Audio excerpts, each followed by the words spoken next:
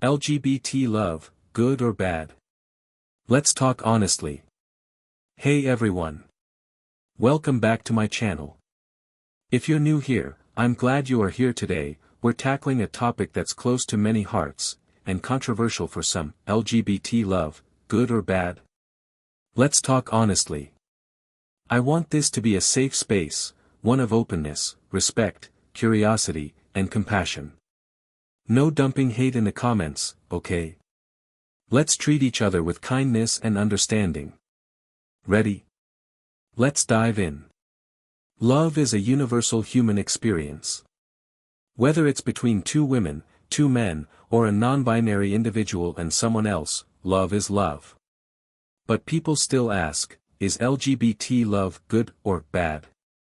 The truth is that asking this question often comes from a place of fear, misunderstanding, tradition, or even religion.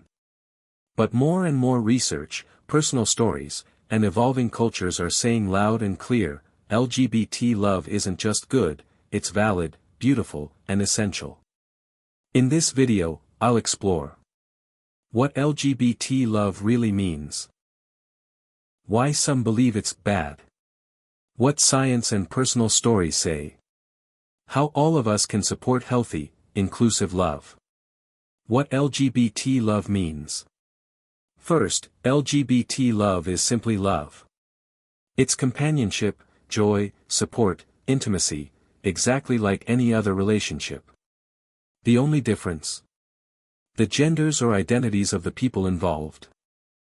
For queer people, finding love can also be an act of courage, because in many parts of the world, it's still criminalized or stigmatized. Dating someone of the same gender, or expressing your gender identity openly, challenges long-held norms.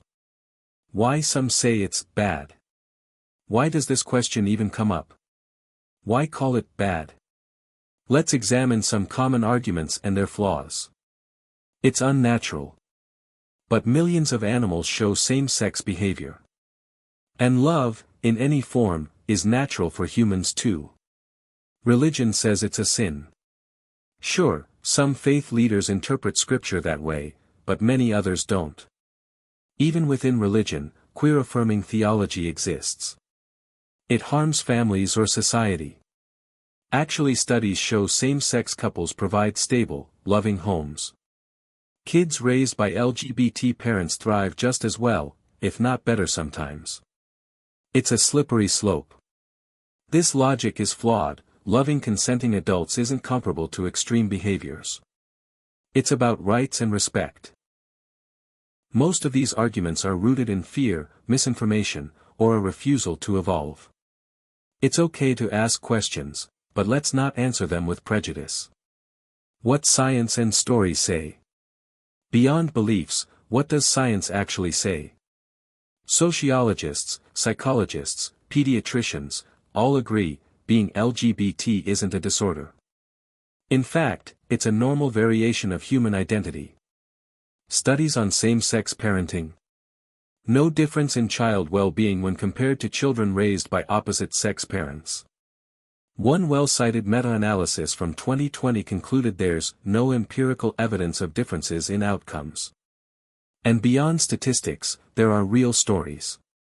Like, friend/guest name, who found their partner via mutual pals and now runs a salon supporting queer youth.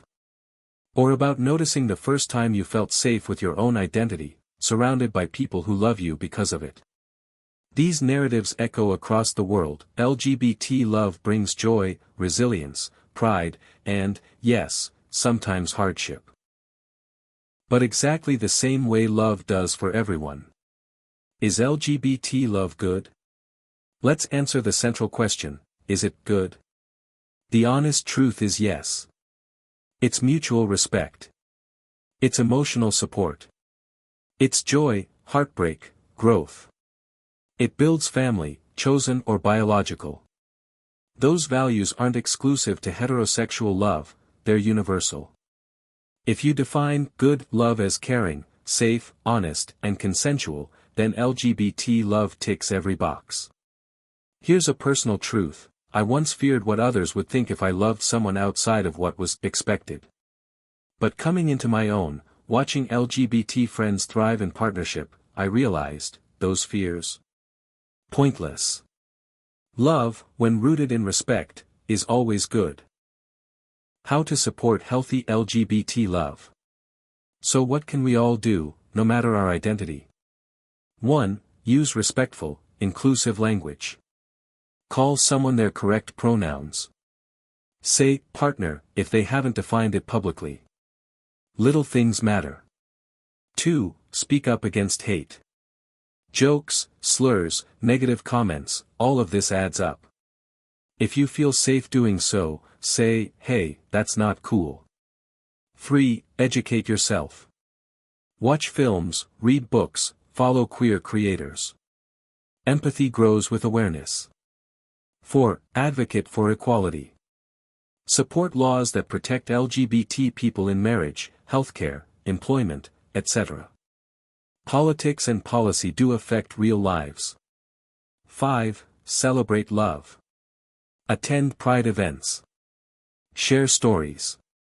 Let people know, your love matters to the world. Handling pushback. Let's prepare for pushback, because it's inevitable. If someone says, it's unnatural, ask, unnatural compared to what? Hate, fear, violence. No thanks. If they invoke religion, maybe they haven't heard of queer-affirming theology. Offer alternatives like the Philippines Metropolitan Community Church or the work of Reverend Cameron Trimble. If they fear kids will be confused, remind them, children with access to supportive love, of any kind, grow up healthier. Compassion is key. So is boundaries. You're not obligated to debate everyone, but standing for justice often means standing up. Key takeaways. LGBT love is love, valid and powerful. The arguments against it. Rooted in fear or misinformation. Science backs it, same outcomes, same joy. We all can support it through language, education, advocacy. And ultimately, love, when shown in kindness, is always good.